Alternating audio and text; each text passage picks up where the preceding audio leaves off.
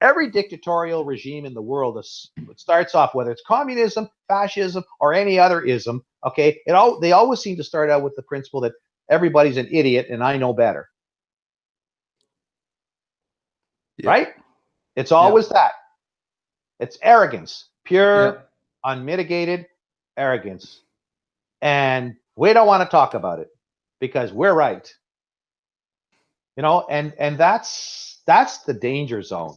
When you start walking into that zone anywhere in the world with any ideology, and many ideologies, even Islam has that. Islam has that. Communism has that. Fascism has that. I mean, you know, the Nazis had as many political prisoners as Jewish people. I mean, they emptied out the mental institutions. I mean, I was recently reading a book on autism that basically, I mean, they took the autistic children and they basically exterminated them as well. You know, on and on it goes. And you know, Hans Asperger, who the term Asperger syndrome comes from, right? I mean, he was pretty advanced in this, and he had his school, and it was rather unstructured. And, there's a book out, Steve Silverman, The History of Autism, that I was recently reading. And I mean, Silverman basically talks about Hans Asperger and what he was talking about. But because he was German, a lot of his research was neglected. Okay. And then it got translated by a British woman. And then it you know, it started to open people up. And you know, there's a thing, the Enigma Machine. There's a guy there who developed the Enigma, which was a code-breaking machine. And in Great Britain during the Second World War, they had all these mathematicians, the best mathematicians that they could find, and they wanted to break the German code. Yeah. It was found as Enigma Machine, right? Yeah, exactly. And so they had all these mathematicians, and they couldn't figure hide nor hair out of anything. They basically were failing again and again. So they found this guy. There's a movie out about him, and I found this. I can't remember it. But apparently this guy was autistic. Yeah. And his coworkers hated him because he had no social skills. Okay. He had very poor social skills. But he figured out how to break the code. And you know what he looked for? He just looked for a simple pattern, which autistics are great at. And what was the pattern? Many of them ended their message with Heil Hitler. Right? So that once he found the Heil Hitler, he could figure out, because the way the thing worked, the machine, once you figured out a few words, you put the right dies in the machine and it would tumble. The tumblers would come into the right place, and now you'd have the whole alphabetic code deciphered. Yeah. So, and some of it I think they might have figured out. I mean, they didn't get into too much detail, but I mean that kind of tells you. So then what's interesting is that Hans Asperger made a presentation to a bunch of Nazis prior to the murder of all of his patients. And he said to them, these kids would be great code breakers. Oh, isn't that ironic? Dude, and the Nazis didn't take him up on it, dude. Wow.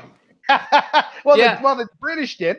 The British did. The British did, to their credit. Wow, it makes sense. The people I know with Asperger's, right? They're really good at gambling.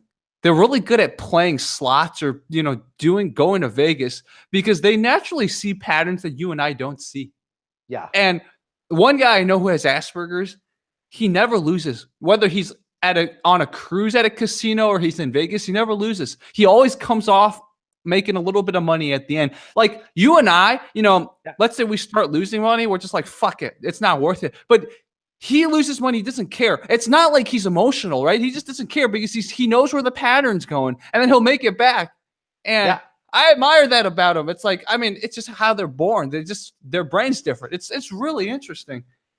Well, it's kind of like the wire that should go to the kitchen switch is actually upstairs in the upstairs bedroom, but all the wires are there. They're just different, right? And they see things. Sometimes like they report things like we can't see it to the brain, but they report things like they can see numbers.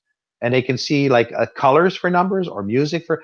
Things are kind of mixed, right? So it gives you a different. And if it's not that, it's just a totally different perspective. And it's part of the thing that you would expect under Darwinian evolutionary theory. Yeah.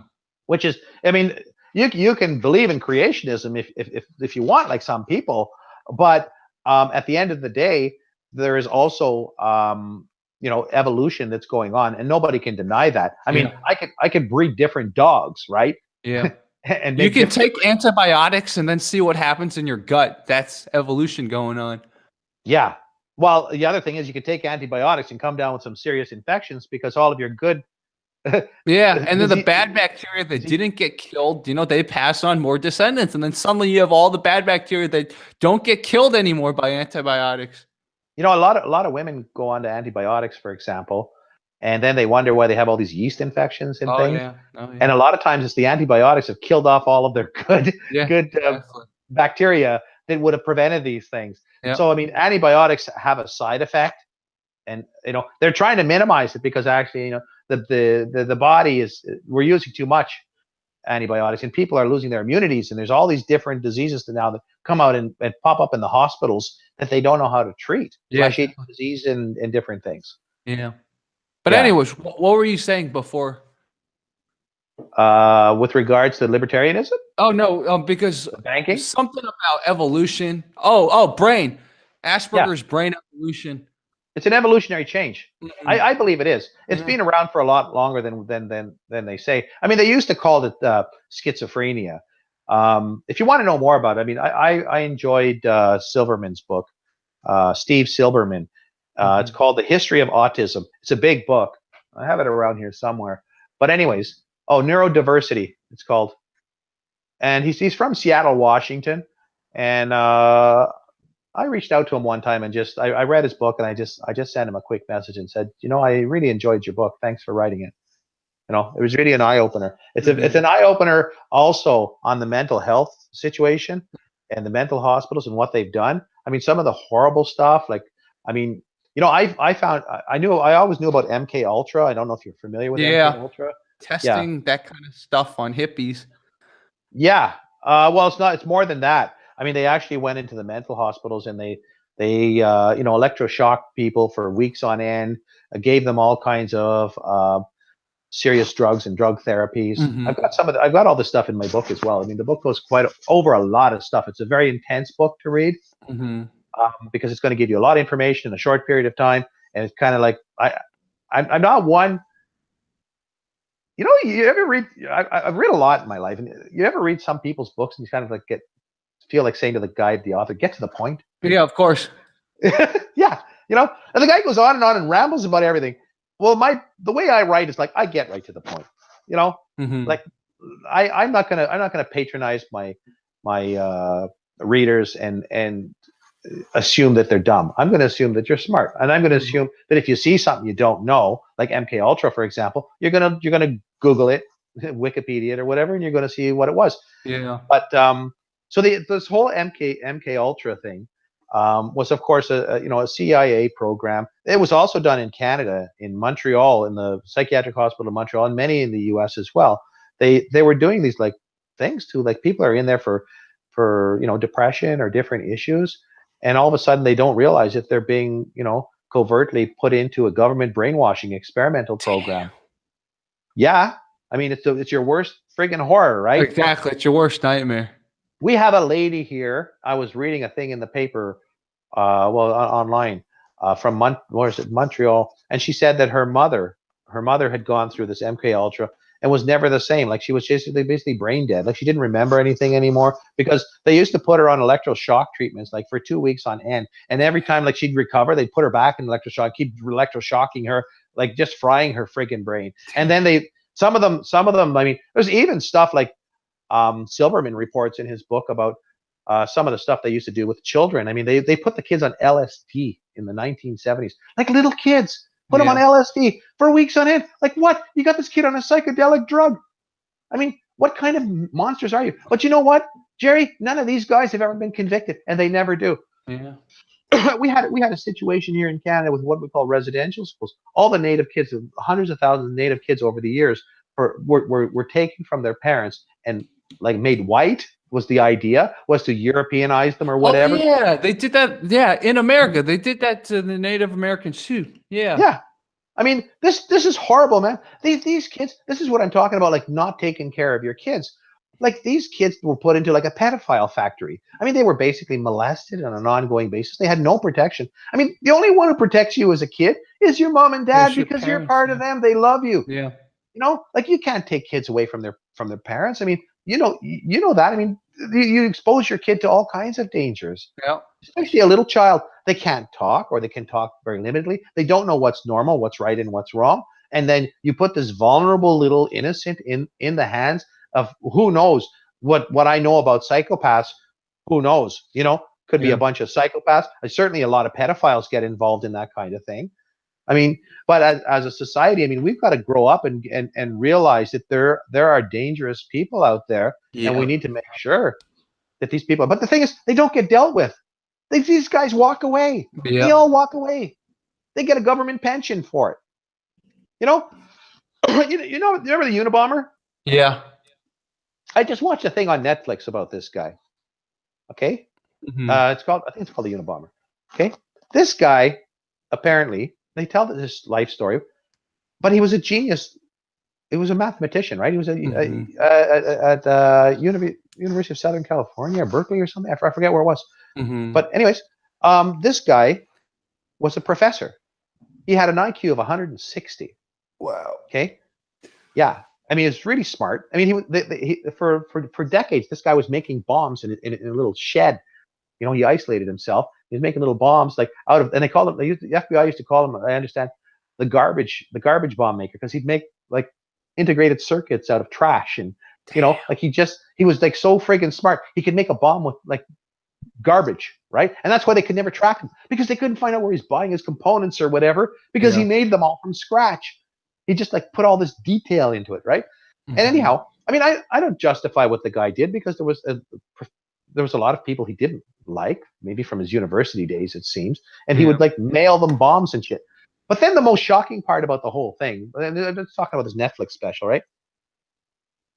The guy reports that he had, when he was young and he went to university, he really loved this professor. He liked this one professor who was a professor of psychology. So he started taking his courses because he wanted to understand certain things.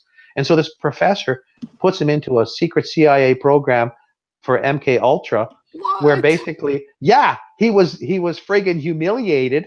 He was criticized for his ideas that he told the professor in confidence as a friend, Mhm. and it was just basically like they tore his personality apart. Oh my god. They tore his personality apart. And now this guy's sitting in a jail somewhere, and he's the criminal. Jeez. Okay? Like when I saw that, I mean, it's on Netflix, man. You can watch it. It's like when I saw that, it's like, oh, it figures. Here we go again. Here we go again, right? It just can't be a criminal guy. No, it's got to be some government bullshit where Yeah. they screw this guy over. And because government and legislature are combined together, nobody's going to prosecute these guys. They're all walking free on the streets with government pensions. And they can just remember and have a good old laugh about how they screwed all these people over and all the vicious things they did. You know, Yeah. it just makes your stomach sick.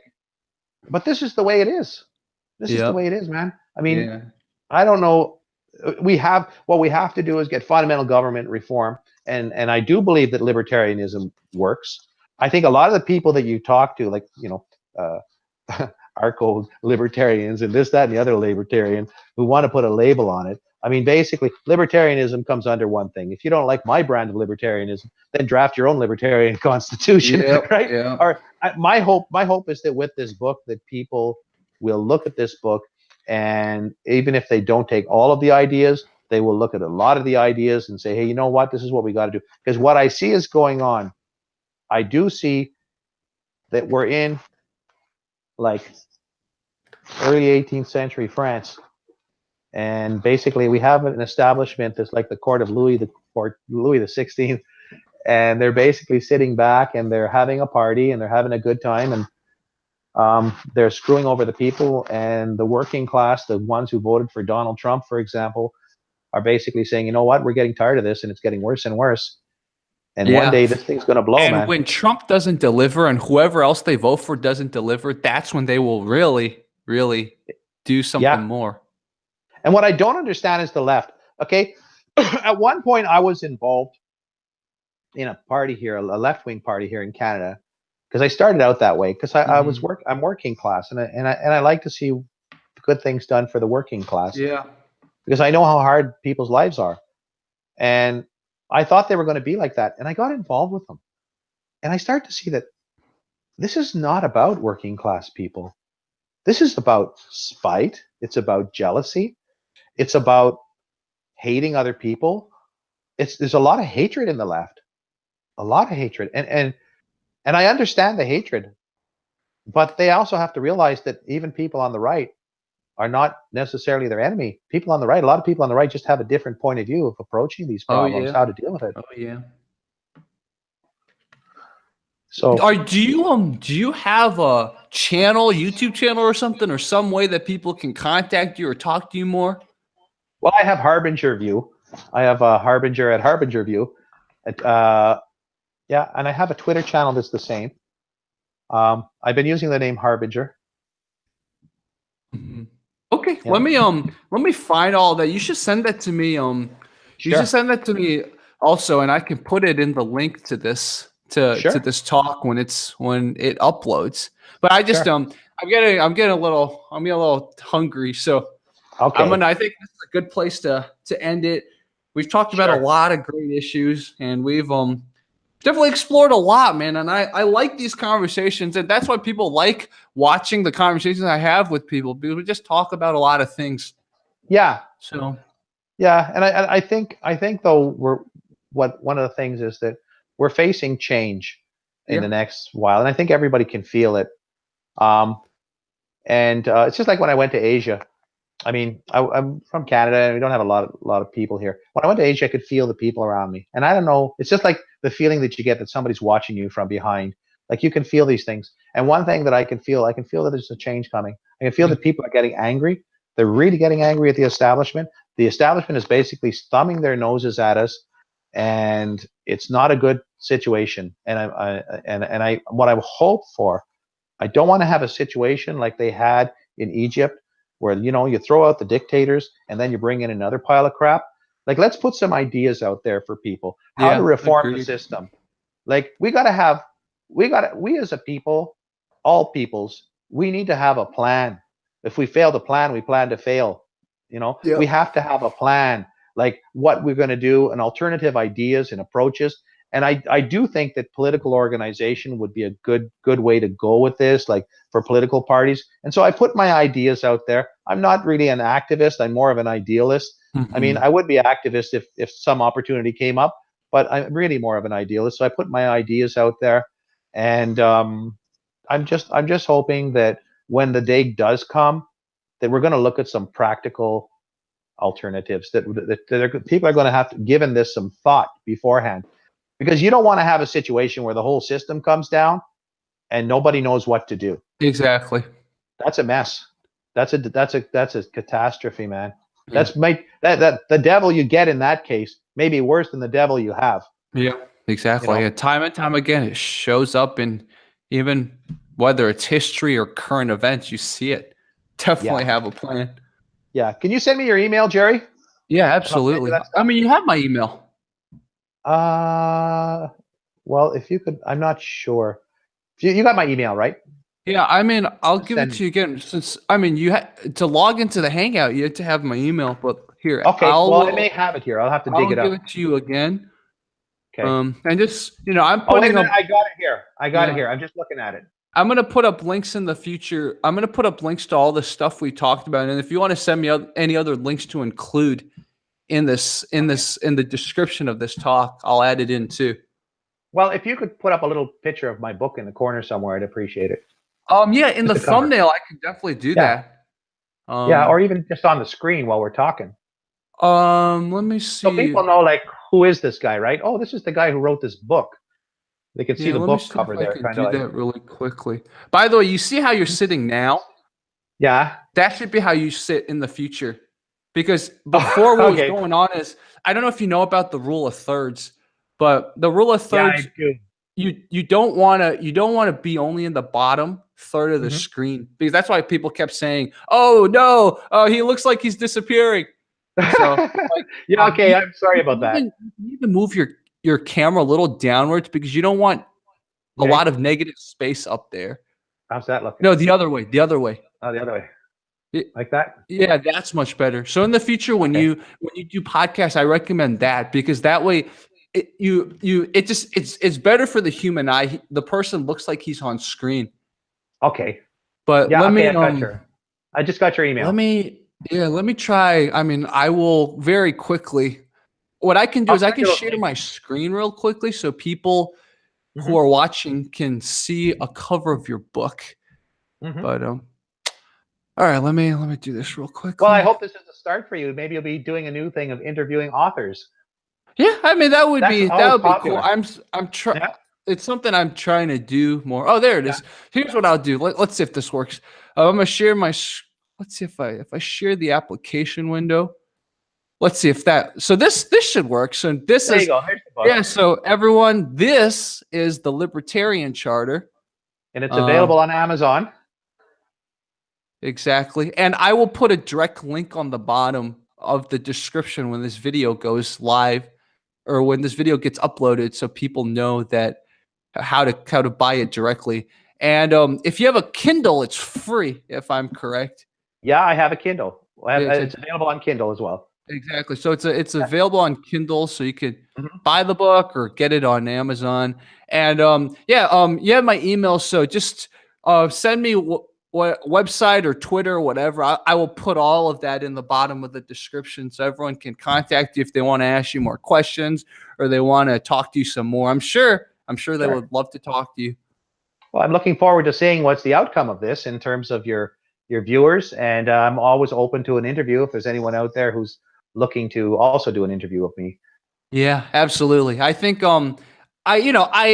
I deep down at heart, I'm still a libertarian. Even though I'm leaning more conservative, I'm still a libertarian. So I welcome any libertarians, and I'm so glad you reached out to me. I'm really thankful. I'm thankful to you for giving me your time. Pragmatic libertarian. That's what we need. Yeah, well, I mean, you know what, Jerry? You're your own libertarian.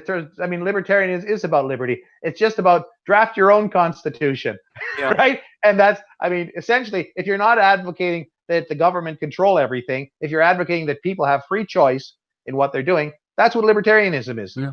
You know how you want to constitute that freedom, and if you have some unique ideas tossed in, well, then you have my book. Exactly. There you go. And in a way, a lot of MGTOW are very naturally libertarian. They want to go their own way. They don't want to interfere with other people. They don't want other people interfering with them. Bam. Exactly. That's what it is. That's what it is. No, I didn't mean to be hard on MGTOW. I know where these guys are coming from. Been there, done that. You know, got the T-shirt, as the expression goes. So you're on your second marriage, right? Yeah. Okay. That's right. Okay. Yeah. Makes sense. Yeah, dude. Well, I don't know if your wife's gonna see this, but I'll tell her I said hi. Okay. Well, thank you very much. I'll pass on the message. Definitely. And dude, send me anything. And I don't know when this is going to be done in coding, but once it's done in coding, it should have all the links and everything in there. Fantastic. I will. You're going out to lunch, so I'll go have my dinner because it's dinner time here now. And after dinner, I'll put all that in there and I'll email it out to you. Definitely, man. Mark, thanks for tuning in. It's a pleasure. It's great to meet you, Jerry. For those of you watching, this was Mark Blum. Awesome guy. You guys will see this very soon. If you didn't see it live, you guys will see this on my channel. So everyone watching, please leave a comment, etc. Press like and go follow Mark on Twitter.